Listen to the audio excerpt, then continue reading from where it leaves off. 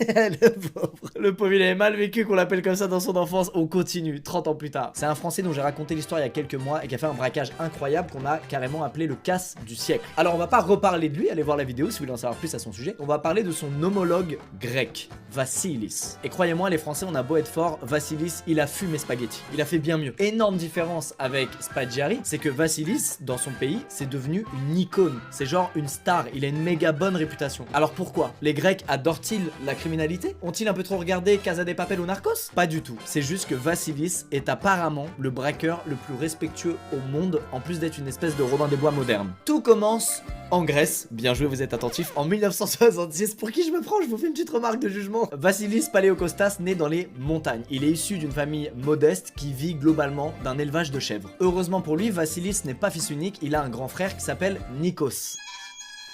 Non, pas celui-là. Le problème, c'est que Nikos, à ses 19 ans, il décide de se casser loin de sa famille, loin des montagnes, en rejoignant la marine. Du coup, qui le remplace pour toutes les tâches ingrates à faire à la maison? Vassilis, évidemment. Sauf que lui, il est vraiment pas doué pour ça. Son père préfère donc l'envoyer au charbon directement, histoire qu'il ramène un peu d'argent à la maison, au lieu de juste tout mal faire. Il lui trouve un petit job dans une fabrique de fromage, où il travaillera 2 ans. Il finit par se rendre compte que ça le fait chier de malade, c'est pas un truc qui l'amuse, et surtout que son patron le surexploite. Malheureusement, pour changer de vie, sans diplôme ni compétences dans un coin aussi perdu de la Grèce, y a pas 1000 options qui s'offrent à lui. Vassilis, comme tous les petits frères, s'inspire de son grand frère et décide de partir à l'aventure lui aussi en volant des magnétoscopes.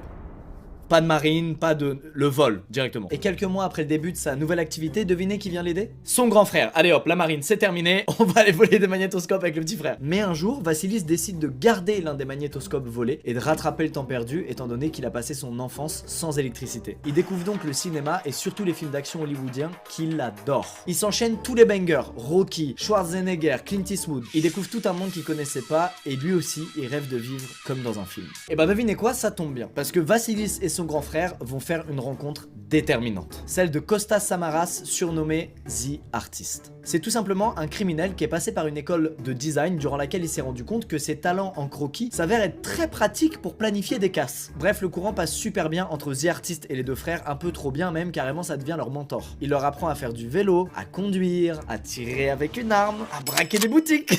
Une très bonne fréquentation quoi. Quelques mois seulement après leur première rencontre, le trio décide de passer à l'action. Ils commencent donc à réfléchir à comment braquer la bijouterie du centre-ville. The Artist prépare son meilleur croquis et met au point un plan parfait. Selon lui. Moi j'ai un avis à émettre sur ce plan. Étape 1, mettre un four industriel devant l'entrée du commissariat pour bloquer les policiers. Étape 2, recouvrir